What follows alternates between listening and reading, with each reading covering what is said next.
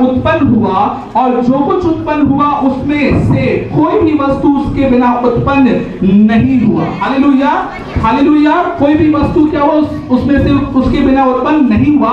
और 14 पद में लिखा है, और वचन देहधारी हुआ और अनुग्रह और सच्चाई से परिपूर्ण होकर हमारे बीच में डेरा किया। बाइबल ये बता रही है मेरे प्रियो कि लोग कहते हैं कि यीशु मसीह 2000 साल पुराना है, लेकिन मैं आपसे कहना चाहता हूं बाइबल के आधार पर कि यीशु मसीह सनातन परमेश्वर है। दुनिया बनाए गया और इसी बात का संदेश परमेश्वर का स्वर्गदूत हमारे जीवन में दे रहा है। तो मेरे प्रियो, क्रिसमस में इस बात को हम नहीं है। जो यीशु है वो 2000 साल पुराना नहीं है। जो मसीह है वो 2000 साल पुराना नहीं है। वो कब से है? बोलिए सनातन है। बोलिए सनातन है, जोर से बोलिए। पूरी है। और यही संदेश गड़रियों को स्वर्गदूत दे रहा था कि आज दाऊद के नगर में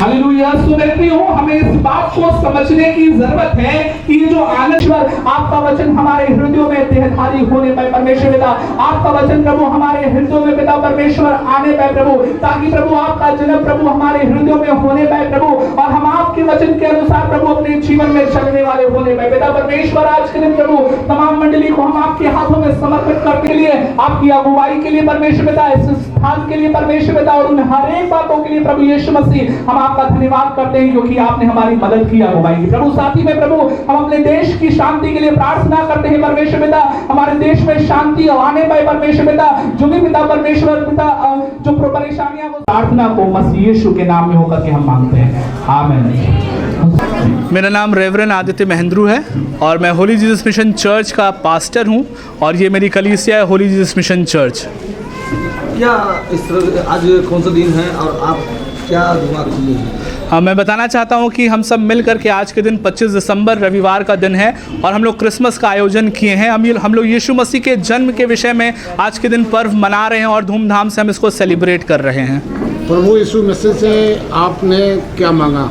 प्रभु यीशु मसीह से हमने यही मांगा कि हमारे देश में अमन शांति बना रहे, और जैसा कि खबर आ रहा है कि फिर से कोरोना की लहर आ रही है, कुछ केसेस भी आ चुके हैं न्यूज़ चैनल्स में और न्यूज़पेपर में चल रहे हैं। मेरी यही प्रार्थना है प्रभु यीशु मसीह से कि हम सभी उस दौर में दोबारा वापस ना जाएं जहां हमें 2 साल घर में बंद रहना पड़ा। हमारी यही प्रार्थना, और वरन मेरे पूरे चर्च की यही प्रार्थना, हम सभी की यही प्रार्थना है कि हमारा जो देश है वो खुशी से रहे और बिना किसी महामारी का सामना करे और पूरी अमन शांति से रहे। मेरी यही प्रार्थना है प्रभु यीशु मसीह से। कब जन्म लिए थे और क्या प्रार्थना में बताया गया? यीशु मसीह का जो जन्म हुआ था वो बैतलहम में हुआ था, और यीशु मसीह के जन्म का जो उद्देश्य था, मैं पहले इस बात को क्लियर करना चाहता हूँ। लोग कहते हैं यीशु मसीह का जन्म 2000 साल पहले हुआ था, लेकिन बाइबल इस बात को प्रमाणित करता है कि यीशु मसीह जो था वो वचन के रूप में आदिकाल से है, अर्थात यीशु मसीह जो है वो सनातनी परमेश्वर है। कई बार हम बाइबल को नहीं पढ़ते, वचन का ज्ञान नहीं होने के वजह से हमारे जीवन में इस बात का ज्ञान नहीं रहता, लेकिन यीशु मसीह आदिकाल से सनातन परमेश्वर है। 2000 साल पहले वो इस दुनिया में आया, और जब वो इस दुनिया में आया तो उसके आने का जो उद्देश्य था मेरे प्रियो, वो आने का उद्देश्य था कि जगत जो है वो पाप से मुक्ति पाए। जैसा आप सभी जानते हैं और हम सभी जानते हैं कि दुनिया में पाप बसा हुआ है, हर व्यक्ति पाप किया है और कोई भी व्यक्ति पाप से आज़ाद नहीं है। तो यीशु मसीह का जन्म इसीलिए हुआ था कि वो दुनिया से पाप को मुक्त करे, और इसीलिए वो अपना जो बलिदान दिया, वो क्रूस पर बलिदान दिया, और उसका जन्म जो हुआ था 2000 साल पहले हुआ था और इजराइल देश में हुआ था। क्या कहना चाहेंगे आप लोगों से? मैं लोगों से यही अपील करना चाहूँगा कि हम सभी मिलकर के परमेश्वर से प्रार्थना करें, अपने नेताओं के लिए, अपने प्रधानमंत्री के लिए, अपने मुख्यमंत्री के लिए, अपने देश के लिए, और हर एक के जीवन में अमन शांति रहे। और जैसा यीशु संदेश देता है कि वो गुनहगारों के लिए इस दुनिया में आया, तो हम लोग यही संदेश देते हैं कि हम यीशु मसीह के वचन के अनुसार हम लोगों को प्रेम बांटें, लोगों की सहायता करें, लोगों की मदद करें, और इस कोरोना काल में हम पहले से सजग रहें और हम सभी इस बात को सपोर्ट करें जो हमारे देश का सरकार जो जिस बात को कहता है उस बात को हम सहयोग कर सके। मेरा नाम अनीता सिंह है और मैं होली जीसस मिशन चर्च में रेवरेंड आदित्य महेंद्रू जी के साथ मिलकर सेवा कर रही हूँ। आज प्रार्थना की है, क्या मांगी है? मेरी परमेश्वर से यही प्रार्थना है कि जितने भी लोग आज के दिन में, जैसे एक समय था मैं भी परमेश्वर में भटक रही थी, मुझे भी सच नहीं पता था, मेरी यही प्रार्थना है कि आज वो लोग जो आज सच में परेशान हैं, अशांत हैं और जो सच में सच्चे ईश्वर को ढूंढ रहे हैं, मेरी यही प्रार्थना है कि वो प्रभु यीशु मसीह को जाने, समझें और उस सच्चे ईश्वर को पाएं जो अनंत जीवन दे सकता है। कोरोना काल के विषय में क्या कहेंगे?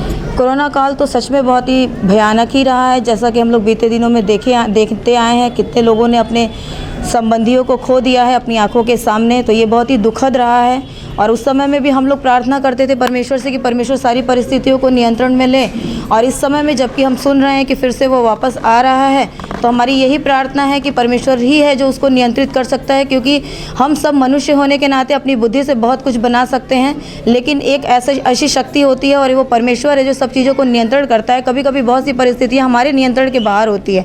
तो कोरोना काल में हमारी यही प्रार्थना है कि हम अपने परमेश्वर से प्रार्थना करेंगे कि जो भी चीज़ें हो रही हैं वो वहीं पे थम जाए, रुक जाए, और लोग भी मतलब सजग हो जाए, क्योंकि बहुत सारी चीज़ें परेशानियां उस समय में आई थी। बहुत लोगों का रोज़गार चला गया था, बहुत से लोग भूखों मरने लगे थे, और ये सब परेशानियां, जबकि हमारा देश इस समय में धीरे धीरे जो है कि वो आर्थिक रीति से जो जूझ रहा था, धीरे धीरे चीज़ें सामान्य होनी शुरू हो गई थी। और फिर से अगर ये चीज़ें होंगी तो लोगों के लिए दोबारा उठ पाना थोड़ा सा मुश्किल होगा। इसलिए मेरी यही प्रार्थना है कि वो परमेश्वर नियंत्रित करे और लोग एक बार फिर से इन सब चीज़ों से हम बच जाएँ। आज मास्क लगाकर प्रार्थना आप लोगों ने किया जी, क्योंकि ये हमारे, देखिए, एक तो हम लोग जिस शासन के अधीनता में हैं, जो हमारे प्रधानमंत्री मोदी जी हैं और हमारे मुख्यमंत्री योगी आदित्यनाथ जी हैं, इन लोगों का जो निर्देश है, हम जिस भी शासन के अंदर में रहते हैं, बाइबल हमें यही सिखाती है कि हमें अधिकारियों के अधीन रहना है। तो जो भी इनका निर्देशन है उसका हमें पालन करना है। जैसा कि वो बताए हैं कि आप लोग इस तरीके से मास्क लगा कर चले, अपने आप को सुरक्षित रखें, तो उसका पालन करना हमारा कर्तव्य है। डिजिटल इंडिया का digital new platform live VNS पिछले 7 वर्षों से बनारस की सेवा में। पाइए बनारस के कोने कोने की खबर निष्पक्षता के साथ। लाइव VNS से बनारस की ताज़ा तरीन खबरों के लिए प्ले स्टोर से डाउनलोड कीजिए लाइव VNS ऐप या फॉलो कीजिए लाइव VNS को सोशल मीडिया पर।